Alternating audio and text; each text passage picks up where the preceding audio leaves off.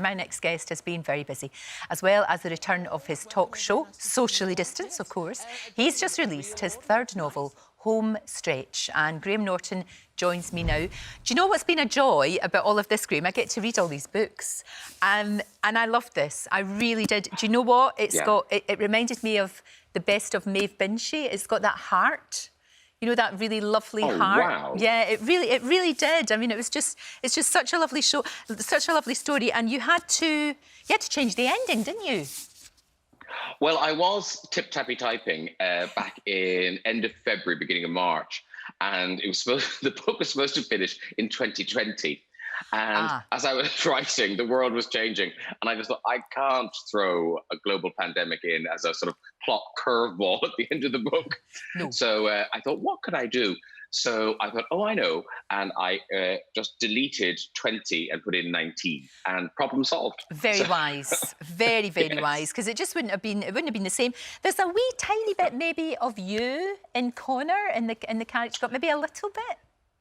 There is a bit. I think this is the first book where I've had one of the main protagonists is a gay man. And that's the first time I've done that, because I've been trying to kind of, being Graham Norton off the telly, you don't want to get in the way between the reader and the book. Yeah. You don't want to be peering over their shoulder, kind of them constantly aware that Graham Norton wrote this book. So I kept myself, anything about me, out of the other two books. And this time I felt, oh, come on, I've done it. I've written 2 novels now. I think I'm allowed. Yeah. So Connor is the first kind of gay protagonist, but then also it's also the story of his sister who stays in Ireland. So Connor leaves, Ellen stays. It all begins with a really tragic car crash, which you hear about all the time. Just, young people in a car and too many people in the car. And in this case, 3 die, 3 survive. And I just wondered what happens to the driver of that car? How does that young person go on with their lives? And that's kind of Connor's story from 1987 up to 2019. 2019, absolutely. You're a wonderful storyteller, though. That's the thing. It's a very rare skill to be able to weave a story like that and spellbind people and make you want to know what is going to happen. Well, thank you so much. I really enjoy writing the novels. It's something that came to me very late in life. I didn't expect to be a debut anything in my 50s.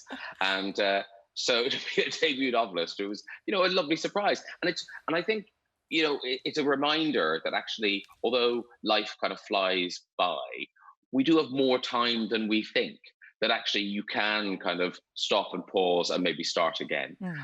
So I've loved writing the novel so far. And so I'll start novel 4, I think next March. I'll start that, and then it'll take a year to write. Of course, and there's the small matter of your TV show. Of course, it's back, and it's all socially distanced, as we saw. You've got to do that. So it's there's a lot of hard work goes into the fact to make sure that you're all safe, and yet it's still got that warmth and got that fun.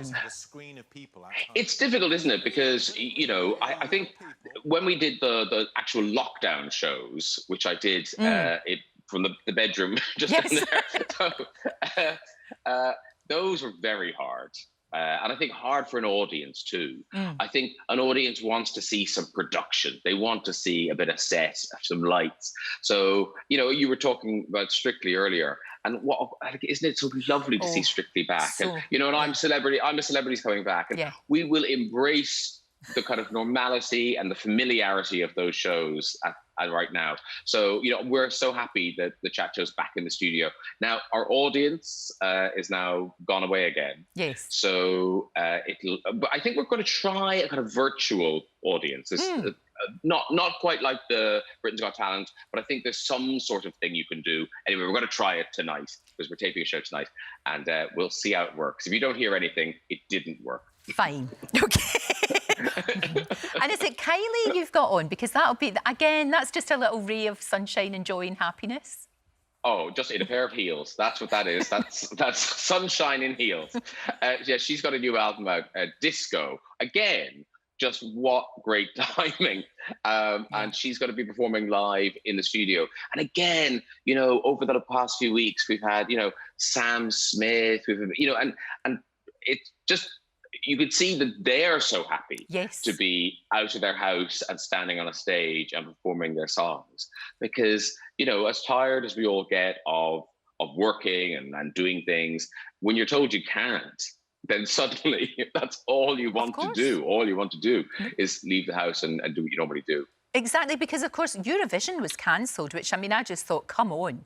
You know, that's when I think the world realised this was very serious indeed. The Eurovision got cancelled, and that, I love that song so much, that song by Iceland. Oh, I think that would have won. It was so good. It would have done very well. Yes. It definitely would have done very well. But often on the night, something kind of comes up the inside track, and you never know what's gonna win. But Eurovision is, I'm told, if whatever happens, audience, whatever, it's happening. Thank the Lord. Next year. Good. That's what, because that just, you know, I couldn't handle it. I just couldn't handle it. Of course, we did see a bit of Eurovision because that crazy movie came out, which I thought was a hoot. And you were in that. It was funny, wasn't it? It was so funny, wasn't it? Great fun.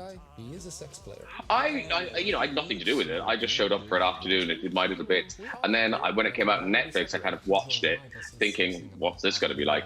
And I loved it because it's really funny, but also it's very kind of affectionate about Eurovision. It doesn't just rip the out of Eurovision. It kind of celebrates Eurovision. And so I think Eurovision fans liked it more than they thought they were going to. I think they were very nervous about it. And then it came out and they went, oh, actually, no, Will Ferrell does know what he's doing. And that brilliant kind of sing-off thing where all the Eurovision winners came together. And it's great, wasn't it? It was fantastic. I absolutely loved it. I thought it was good. And you're right, it was affectionate because it's easy to take the mickey, but actually, you know, Eurovision is very Eurovision is very special. It's very special. And as if that's not good news enough, Drag Race is coming back because I know you're one of the judges, which is, isn't it the best show ever in the whole world? Oh, it's so great to have that back. So yeah, I'm not sure. It's never. They're very secretive. Yes. But I think I'm allowed to say that we've resumed. We are now filming the second time. We filmed some of it back in March, and then we had to stop. And so we're back. We're back. So there will be a jump cut where suddenly I look much older. But hilarious. I love it. It's my favourite show. It's my favourite show. It's just the bestest thing. Now, look, what's getting you through all of this? Apart from, obviously, you're working and you've been writing, but I guess, like me, dogs help. We don't deserve dogs, Graham, do we? Do you know what? Dogs are so great at a time like this because they live in the moment. They don't know that there's a world crisis going on. They don't know that people are scared. They're just getting on with it. And, you know, with a dog, it can kind of take your mind off it momentarily because they just want, you know, I'm hungry now, I want to go out now, I'm happy now, I'm tired now, you know, what am I now? And we can learn a lot from dogs. We can. No, you're right. Yeah. They just live in the moment, live like don't a dog. They? Yeah, they just live really in the moment, and there we are. But you know what? Yeah, like all that mindfulness. Yes. Yeah. Oh, forget that. They're just there. But what I love about you is you can be so cheeky to people, and you make it look so easy. But I know how hard you work because I see you at screenings. You know, sometimes you and I are the only ones. But don't you think that's a huge perk that we get to see movies before they come out? I love that. Well, Lorraine, some movies. But even the rubbish ones, sometimes you can always find something to laugh at, can't you? Well, what I've started doing is now, of course, there's no screenings, but back in the day, when there were screenings, I started cycling to screenings. So at least I thought, I'm getting exercise. Going to see this terrible film, I'm getting some exercise. So that was my way. But also, you know, because, you know, in the end, I'm a chat show host, same as yourself. We've never seen a film we didn't like. We've never read a book. We've never read a book we didn't like. No, Graham Norton. Now look, I'm going to take you up on that because this is really good. Don't you saying that? I honestly wouldn't have said it if it wasn't. Honestly, that's really kind of you. And the response to that book's been lovely. It's been very nice. So, no, it's great. I can't wait to read the next one. Get working on it. And thank you so much for talking to me. I really appreciate it. You're a lovely fella. A lovely way to start the day, to see your lovely face. Oh, thank you, darling. Thank you so much. Great to see you. Right, Graham's book, Homestretch, out now. Don't forget, you can watch full episodes of Lorraine on the ITV Hub and all the best clips, compilations and playlists right here on our channel. Just subscribe now and you'll never miss an upload. Click here to watch another video similar to this one, or click here to head to our channel's homepage to explore all of our exciting videos.